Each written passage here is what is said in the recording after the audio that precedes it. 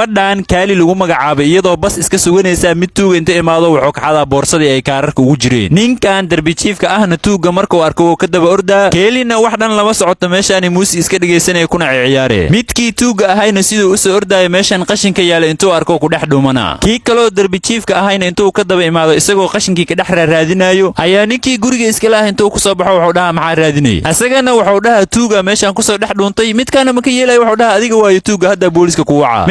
maskiinka ahna naftiisa u cabsaday meeshii isaga carar. ninkan guriga iska lahna midkii tuuga ahay intuu la hadlo wuxuu dhahaa soo bax shaqada mii soo qabatay. kan tuuga ahna wuxuu dhahaa boorsadaada waatana waa ku wada. midkaana Joona lagu magacaabaa gabadha boorsada laga soo xadaayeen xaaskiisa waaye. ninka tuuga ahna isaga u diray oo boorsada uga soo xado. midkan tuuga ahna gacan yarihiisa waaye wuxuu weydiinaa qorshaaga xiga maxaa waaye. Joona wuxuu dhahaa hadda inta baxdid waxa ii doontaa kaamira iyo rooti. xoogaa kadib Joon wuxuu imaanaa meeshii ay xaaskiisa ka shaqaynaysay. xafiiskeedana wuxuu ku galaa kaarkii oo boorsadeeda ka soo baxsaday. Joonna xafiiskii xaaskiisa markii uu soo galay kaamiradana wuxuu u qarinaa meeshaan. kadib saaxiibkiisa intuu waco wuxuu ku dhahaa si fiican ma ii aragtaa. saaxiibkiisna wuxuu u sheegaa in muuqaalka caadi loo arkaayo codkana la maqlaayo. laakiin wuxuu ku dhahaa ma iga hubtaa inay qoftaan ku qiyaamayso. Joonna wuxuu ku jawaabaa war waa ka hubaa qoftaan qiyaanooley waaye maantana waa kala ogaanaynaa. xoogaa kadib Joon isagoo xafiiskii ka soo baxaya waxay iska hor imaanayaan xaaskiisa Keeli. iyadana waxay weydiinayaan maxaa meesha ka sameynaya. Joonna mararoo ka soo taxadaro wuxuu dhahaa rootigaagiya ku wada. Keelina rootigii markii ay ka qaadato boorsadii weyneed u dhiibay. Joonna iyadoo aan dareemin boorsadii oo ka soo xad u celina. iyadana Joon waxay u sheegaysaa in maanta maalinteeda looga ciyaaray. waxayna ku dhahaysaa qof ayaa maanta boorsadeeda wuxuu iga xaday meesha baska lagu sugo. Joonna xaaskiisa wuxuu ku dhahaa soo lagama yaabo inaad boorsadaada si fiican u raadiyo. Keelina waxay u sheegaysaa sidaas haday tahay inuu isagana markiisa raadiyo. isagana boorsadii intuu xoogaa raadiyo soo qabanaa wuxuuna ku dhahaa haddaba ha yimaad celin. xoogaa kadib mid kaloo Sam lagu magacaabaa Keeli uu imaanayo. iyadana waxay ku dhahaysaa ninkan iska baro Joonna lagu magacaabaa ninkayga waaye. Samna Keeli uu la hadlaa wuxuu ku dhahaa waraaqadihii aad ii dirta waa soo helay marka soo bax. iyadana Joon waxay ku dhahaysaa ha idaasan hadda soo laabana kadib way iska baxee. Joonna midkan Sam lagu magacaabo wajigiisa muusan ka helin. adigana waxaad ogaanaysaa inaan baarti 1 iyo baarti 2 isku soo daray kadib layga saare. habeenkii dhanna Joon iyo saaxiibkiis kaamiradii ay meesha ku soo xireen daawanayaan. xoogaa kadib waxaa kaamiradii ka soo muuqanayo Keeli iyo Sam. xoogaa ayay waxay ka wada hadlayaan wax shaqadooda ku saabsan. kadib Sam wuxuu dhahaa hadda waa sii baxa gurigayga aada inaa seexdaa rabaaye. Joonna intuu xanaaqo wuxuu dhahaa midkan Sam lagu magacaabo waa baxa muxuu ka wada. saaxiibkiisna wuxuu weydiinaa maxaa u xanaaqay hadal fiican waaye xaaskaaga ma ku qiyaamayse. xoogaa kadib Keeliya waxay u wacaysaa Sam oo sii baxayo. Samna markii uu soo laabto waxay u sheegaysaa inuusan bixin oo wax yar u qabanayo. asagana hadalkaas markii uu maqlo uu soo laabana albaabka soo xirina. Joonna intuu arko wuxuu dhahaa soo kuma dhihin qoftan qiyaanooley waaye. saaxiibkiisna wuxuu u sheegaa inuu biri markii imaata la hadlo. xoogaa kadib Keeliya intay dhinaca kaamirada soo fiirisay waxay dhahaysaa sidaa u malaynaysa soo ma dhicin. waxay ku dhahaysaa wax walba waa ogahay kaamirada meesha gelisana saakadii hore arkay. midkii Sam lagu magacaabana waxay u sheegay inuu iska bixi karo. Samna Joon wuxuu ku dhahaa iga raali noqo ayada igu amartay. kadib Joon intay u soo jeesatay waxay u sheegay inuu si fiican u dhageysto. waxayna ku dhahaysaa adiga ma taqaanid ereyga aaminitaanka oo dhan. haddana adiga waxaan ku hayaa laba wado. midda koowaad inaan xiriirkeena ku saleyno aaminitaan iyo ixtiraam. ama wadada labaad oo ah inuu xiriirkeena soo gabagabo. labadaas wadana adiga laga rabaa inaad ka soo fikirto. Joon saaxiibkiisana wuxuu dhahaa niyo qoftaan iska raali gali tukaan ubaxyada lagu gada aqaanaaye. iyadana ma ku qiyaamayso ee adiga u malaysid. muuqaalkan intaanu ka ekayay hadda halka soo gaarta like noo saar.